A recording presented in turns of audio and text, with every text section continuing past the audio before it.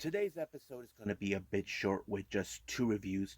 The first one is coming from ChocoPro number 186, featuring the main event is for the Super Asia Interim Championship between the champion Chonchiru and of course the winner of the Santa Sakura Rumble match that took place last week.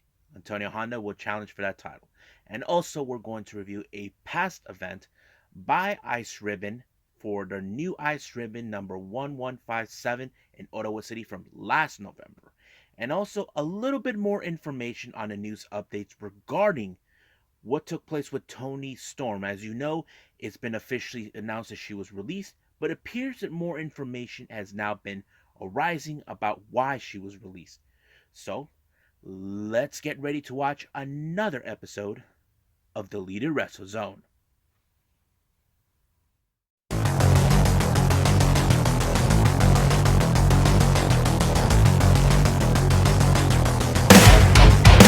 Are you ready? Get up, get up! Get up, get up! Get up, get up! Get up, get up! Get up, get up! Get up, get up!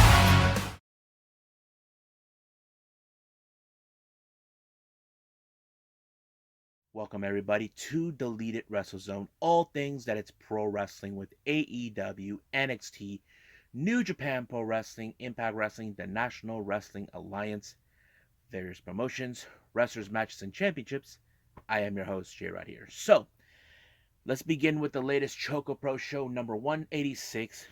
We have three matches that took place. The first one is a three-way match. We have Masahiro Takanashi, Taru Yamato, who I never heard of, but he seems like a very interesting wrestler to follow, and of course, one half of the Asian Dream Tag Team Champions and the Best Bros, Balanaki. Keep in mind, the following day is when, of course, we will see Balanaki and Mei Shiruga face off CDK for the tag titles. However, on a note here, Mei Shiruga was not present. She was at another wrestling show during that day, and she wasn't the only one. But this match was very interesting. There was one moment where I did saw Yamato, who actually was not that far away from them. That he just kept his distance in order not to get involved. But however, the match ended in a very weird way. Both Balinaki and Masa actually pin Yamato at the same time, allowing themselves to win the match. However, this is very unusual, but it's not unlikely. But we do know these two will face each other in 187 for the tag title. So I'm excited to see how this is going to go.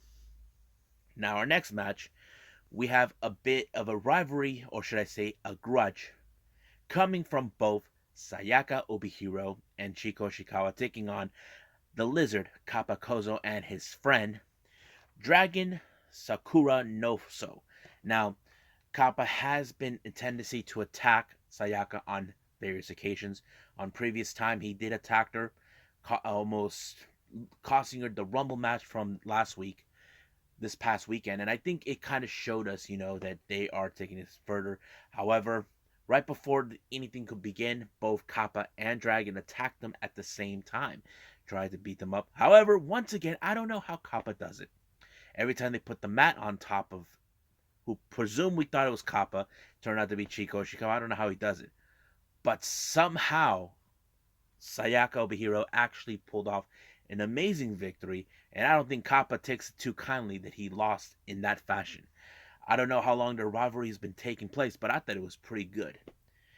Now, our main event, as I mentioned, is the Super Asia Interim Championship between Antonio Honda, who won this past Christmas for the Santa Sakura Rumble match, where whoever pulls out the bag with the Christmas gift in it gets one wish. And of course, Antonio Honda, on the other hand, wished for a shot of the title, which Emi Sakura granted it. As you guys know, Emi Sakura does watch the show on real time here in the States, and she makes the final say. However, his opponent is, of course, our champion, Chonchiru, which was pretty good. I thought this match was pretty great. It showed a bit of the I can take things seriously side with Chon, and of course the comedy side. There was a moment I thought Chon that I knew for a fact that Antonio Honda, when he mentioned "I give up" and he was gonna play a song, I knew he was playing. I knew he was trying to joke around. He does this every single time. If you guys ever seen Antonio Honda, he has the tendency to stop the match and does a little bit of comedy in some point. But it barely worked, but it didn't. He even tried to use a guitar while the ref didn't help, but it did. But he did whack Chon with the guitar, but it didn't. But luckily, Chon got out, picked up an amazing victory when he actually did like a sort of like a coffin drop onto Antonio Honda, allowing himself to win the match and retain the title. So basically, he is still our champion, but we still haven't yet to see him face Balanaki for the title. Now we get to the Jonkin tournament. As you know, there was a bit of a bye between both Antonio Honda and Chon Chiru, but however, neither men made it to the finals. The one person I like to say this either is beginner's luck or he just got lucky. The winner who won this one is Taru Yamato. I did not expect him to win, but you can say beginner's luck. But let's just see if he does come back. Let's see how that goes, and can't wait to see what's going to happen next. But right now, more of ChocoPros coming up for the next couple of days. We have 187 coming up, and of course 188. But right now, I think it's time for me to shut up from here and move on with, of course, with Yoshi Promotion Ice Ribbon.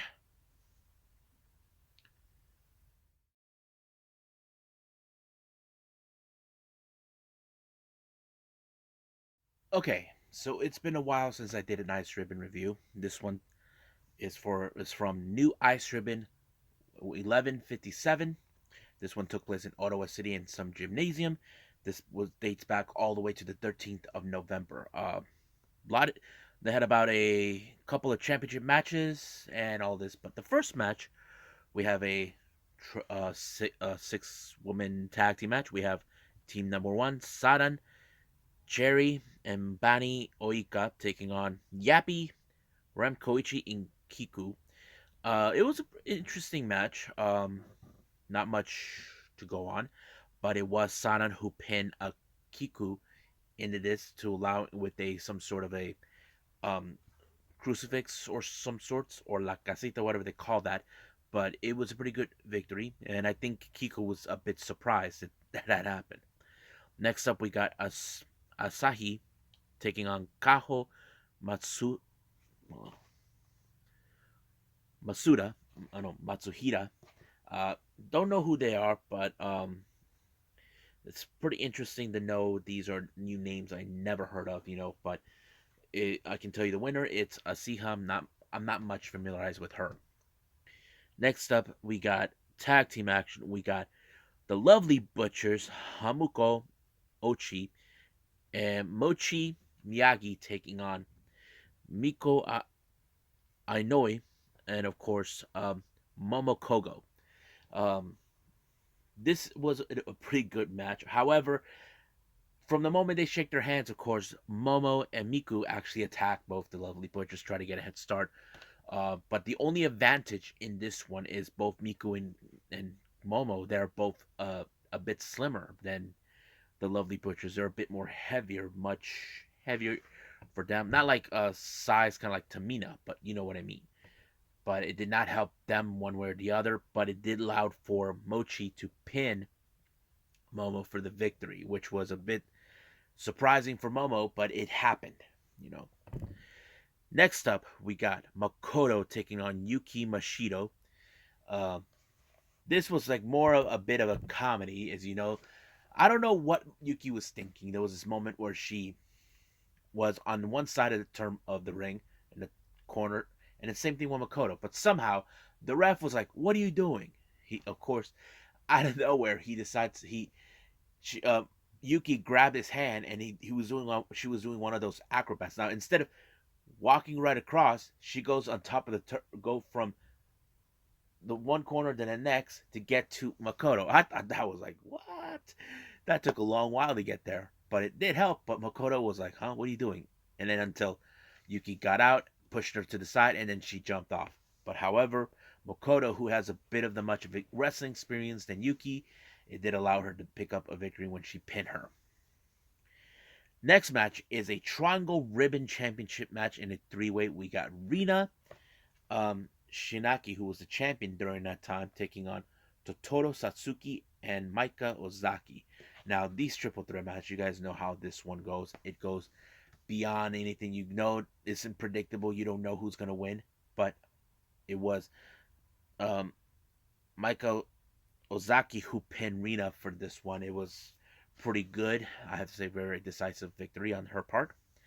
Next time we got Ubiki Oshi taking on Natsumi. Um, Ubiki really did pretty good. I think she was a really good wrestler. Natsumi, I'm trying to remember if I've seen her anywhere else. I'm not sure if I've seen her in Atrix Girls, but she won her match. We got our next is a very unusual type of match. We have for the WUW, which stands for the World Underground Wrestling Women's Title.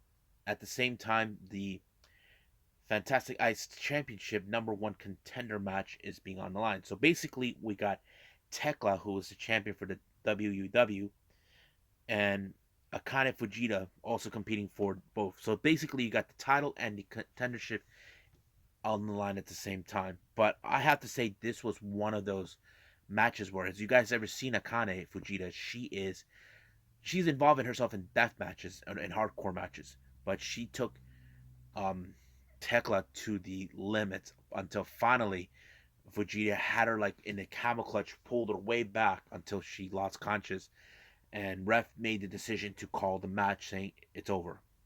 There's no response. So basically, Akane won the championship, but at the same time, she gets a title opportunity.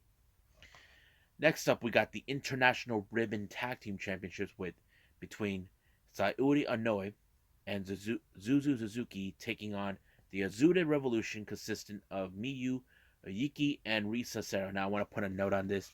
Both Sayuri and Miyu, they're both in the same faction with Oz Academy, with uh, what's this called? Ozaki Gun, with the leader or with the founder of promoter of that promotion. But this time they're not playing that role, so they're opposites of each other. So basically, it was a pretty good match, but it was Riza Serra who actually pinned what's her name, Zuzu, in order to retain the titles. It was pretty good. Now this next match is for the ICEinfinity Championship between Tsukushi Haruka and Tsukasa Fujimoto. These two ladies have been the top of the promotion for who knows how long. As you know, Fujimoto, she's a veteran. She's also one of Emi Sakura's students when Ice Ribbons first started. She did pretty good, but however, it was Haruka who actually pinned her with the roll up onto Fujimoto to allow her to win this title. And not only that, she has 2 titles from both Ice Ribbon, making her double champion. So it was a pretty good show, but I'm still not caught up with more because this is the only one from Ice Ribbon I was able to catch up with. But that's what I got. Hopefully there'll be more I can catch up with, but for now, I think it's for me to do a little bit of the news updates right now.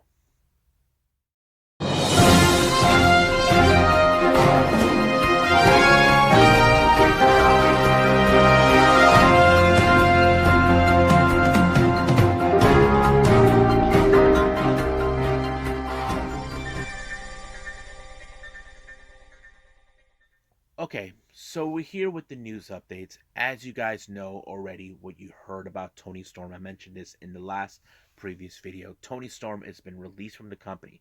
Now, the information that I'm getting now about Toni Storm, why she was released, it turned out that she walked out during a WWE live house show in Baltimore and she flew all the way home. Now, this was a very unusual thing that happened. Now, for wrestlers to do things like this, if you guys remember with Pac when he was known as Neville, Neville went home, but they actually froze his contract because they wanted him to come back. Now, I would have assumed, as someone who's been following stories like these that go on with wrestlers who wanted out, that that they were gonna force them to try to accept it. Now, the reason this led to what's going on, there were reports coming in, including from Dave Meltzer, saying that Toni has been questioning her position being there. As you know, some people said she could have had a good run to challenge for the SmackDown Women's title against Charlotte Flair, but it didn't turn out. As you recall, they put cake or pie in her, which was really, really messed up. And I know many fans would say that WWE really screwed the pooch on this one. So basically, after this, WWE, when they heard that she just walked out, they, instead of try to freeze her contract, they had no other choice but to let her loose. We do know she does have a 90-day no compete clause. That clause ends by March 29th, which will be good. Hopefully, we are hoping that someone will pick up her contract. There are those that believe that AEW should try to sign her, but we don't know yet if that's it is, because I know she could be a fine addition for the women's division in AEW. We don't know if that's what Tony. Hopefully, Tony Khan can see it, but right now we just gotta wait and see. I know fans were not too pleased how Toni Storm was treated. It's the same old story we've been hearing with other wrestlers, but for now, I think it's a good thing that she left, but hopefully we will see her somewhere down the road. So I believe that is about it with the news update, and I think it's time for me to call it a day. You guys enjoy this episode, me reviewing ICEribbon and ChocoPro. Coming up, I have three new reviews coming up. This is from a freelance show in Japan. Um, I don't know how to pronounce it. This thing called Bar 045, produced by KGF Next Volume 2. This took place back in late October. And of course, we got two events that took place at the same day on November 28th. We got LA Fights, which I never seen. I heard it was pretty good. And of course, Ladies Night Out, number 11, which was broadcast by Title Match Network. And I'm really excited to see all of this and review it for all of you. So that'll be the next up right now. I might upload that video on Friday morning or so, but we'll see how about that is. But for now, I'll see you guys in the next DWZ time. Same DWZ channel. I must bid all of you adieu. So, goodbye. Mwah. And have a nice day. Bang.